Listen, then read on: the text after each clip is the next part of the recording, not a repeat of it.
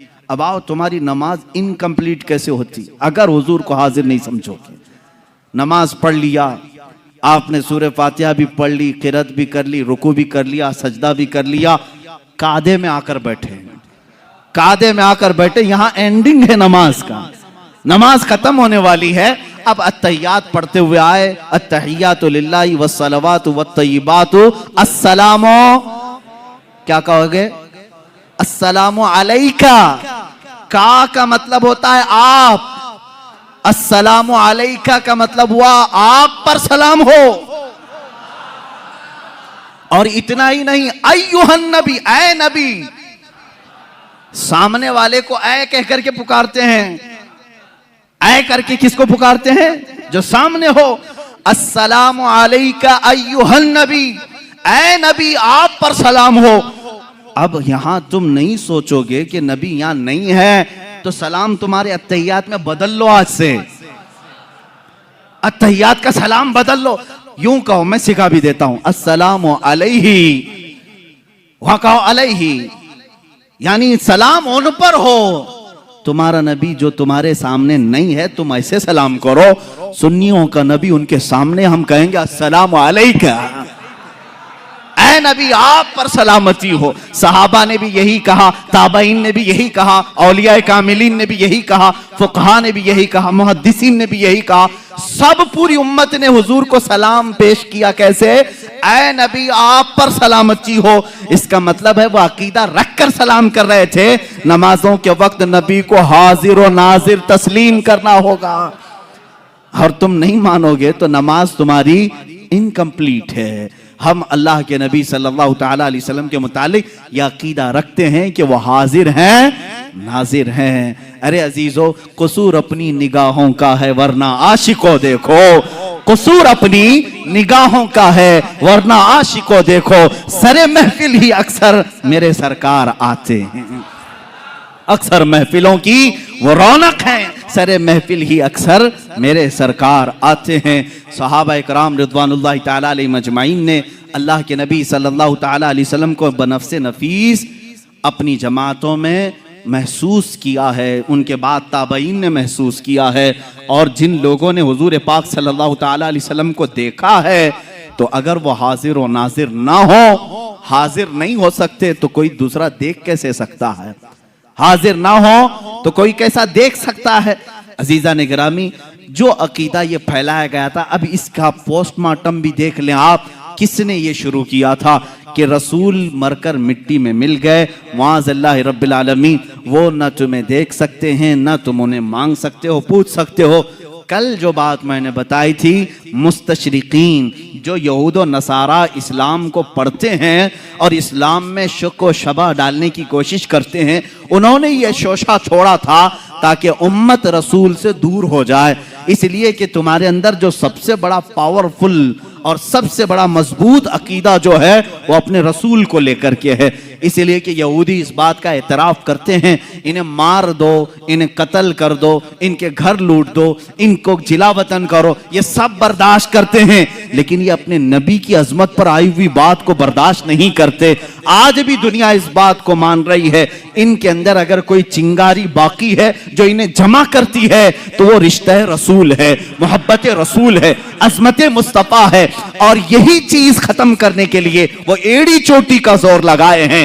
लेकिन जालिमों, याद रखना, तुम अपने मुंह के फूंकों से अल्लाह के नूर को बुझा नहीं सकोगे। अल्लाह अपने चिराग को सुबह क़यामत तक रोशन और शानदार रखेगा। रसूल करीम सल्लल्लाहु तआला अलैहि वसल्लम की मोहब्बत और अकीदत दुनिया में हमेशा बाकी रहेगी, चाहे लोग बिकते हों बिक जाएं, टूटते हों टूट जाएं।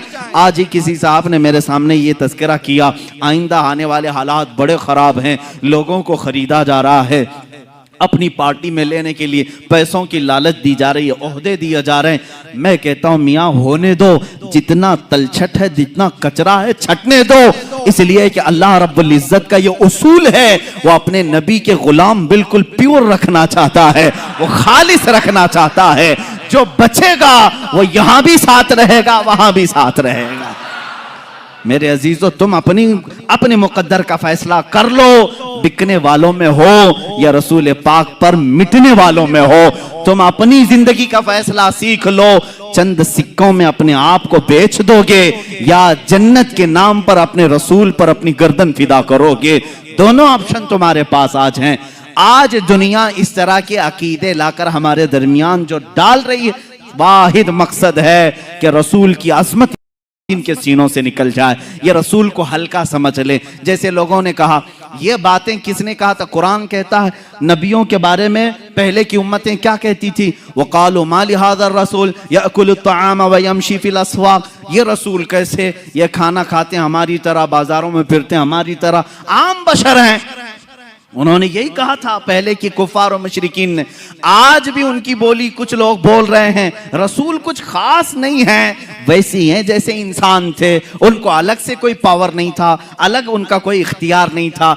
जब तुम ये अकीदा जहन में रखोगे तो फिर बात कहाँ आएगी? रसूल को अगर बोल रहा है क्या फर्क पड़ता है, मुझे भी बोलता है उनको भी बोलता है, यह तुम्हारी जहन की सोच बन जाएगी। मेरे अजीजों, अकीदा आज तक तो हमारा ये है, हमें बोलता है बोल ले, रसूल के बारे में हरगिज ना बोलना, इसलिए कि हम बर्दाश्त करते हैं हमारे पूरे खानदान को, लेकिन रसूल पाक की अजमत के खिलाफ एक जुमला भी बर्दाश्त नहीं करते। हमारी जो ताकत है, जिस तरह से हो, हम उसका दिफा करते हैं।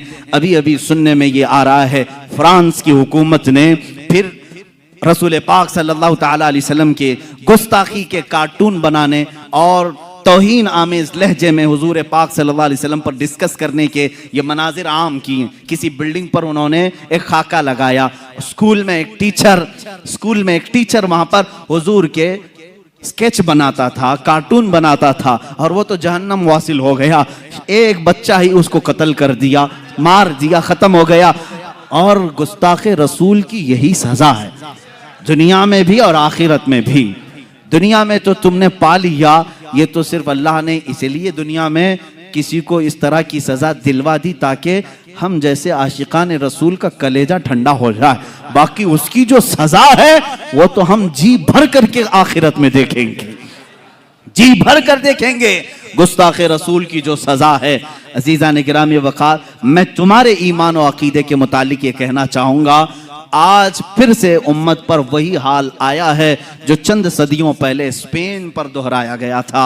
हुजूर पाक सल्लल्लाहु ताला अलैहि वसल्लम की अज़मत से छेड़छाड़, इस्लाम और मुसलमानों के मुतालिक हर्जा सराई करना, कुरान को लेकर डिबेट करना, ये क्या आज आम नहीं हो रहा है? हमारा मजहब खिलवाड़ बनाया जा रहा है। मेरे अजीजों, आज मैं बड़े जो अपने कायदीन हैं, जो सरकर्दा लोग हैं, जो अपने दानिश्वर कहलाते, उनसे भी मैं मुअद्दबाना गुजारिश करूंगा, इन मामलात को हल्के में ना लो, इन मामलात को हल्के में ना लो। तुम्हारी दास्तान तक न रहेगी दास्तानों में, न संभलोगे तो मिट जाओगे हिंदी मुसलमानों, तुम्हारी दास्तान तक न रहेगी दास्तानों में। तुम्हें इकबाल ने बहुत पहले ही ये मैसेज दिया था, नहीं तेरा नशीमन कसर सुल्तानी के गुंबद पर, तू शाहीन है बसेरा कर पहाड़ों की चट्टानों में। तुम्हारी वो जगह नहीं है जो आज इन्होंने मुकर्रर कर रखी है। तुम अज़मत रसूल के कायल हो, मोहब्बत रसूल के कायल हो, अपने नबी के लिए तन मन धन सब की कुर्बानी को गवारा ही नहीं बल्कि पेश करते हो। यह हमेशा से याद रहे, चंद चीजों पर गीदड़ भभकी आती रहेगी और डर कर भागना नहीं। एक बात समझ लें, रसूल पाक सल्लल्लाहु ताला अलैहि वसल्लम के लिए हमारी ये गर्दन हाजिर है हुजूर पाक के लिए, और इसलिए हाजिर है कि ये बहुत ही हल्का, यानी हमारी गर्दन तो एक हल्की बोझ ही है। मैं तो समझता हूं कंधों पर एक बोझ है और कुछ नहीं है, लेकिन जब ये मेरे आका सल्लल्लाहु ताला अलैहि वसल्लम की अज़मत के लिए निकल जाए, यही हल्की गर्दन हमें जन्नत भी पहुंचा सकती है। सौदा करना हो तो इश्क़ रसूल का सौदा इसी पर होगा, वसूल हो जाएगी जिंदगी इंशाअल्लाह अज़ीज़। मैं इश्क़ रसूल और मोहब्बत रसूल के मुतालिक सिर्फ यही आगाह करना चाहूंगा, अब जो मीलाद आएगी हम तहफ़्फ़ुज़े अक़ाइदे अहले सुन्नत और नामूसे रिसालत की अज़मत पर ही मीलाद मनाएंगे। हम यही कहेंगे, पूरी दुनिया को बताएंगे, जो जान मांगो तो जान दे दें, जो माल मांगो तो माल दे दें, मगर ये हमसे कभी ना होगा नबी का जाहो जलाल दे दें। ये हर मुसलमान का अकीदा होना चाहिए, हम नबी का जाहो जलाल नहीं तकसीम करते, नहीं बेचते, किसी को समझौता इस बात पर नहीं करते। आता हूं मैं उसी बात पर जो दो बातें आज मैंने अपनी तकरीर में डिस्कस की हैं। पहली बात, अल्लाह के नबी सल्लल्लाहु ताला अलैहि वसल्लम मुख्तार हैं, मजबूर नहीं है। वो तुम्हारे होंगे मजबूर, हमारे रसूल मुख्तार हैं। हमारा अकीदा ये है, हमारे मुर्शिद ने जाते जाते हमें ये सिखाया है, जहां बानी अता कर दें, भरी जन्नत हिबा कर दें, नबी मुख्तार कुल है, जिसे जो चाहे अता कर दें।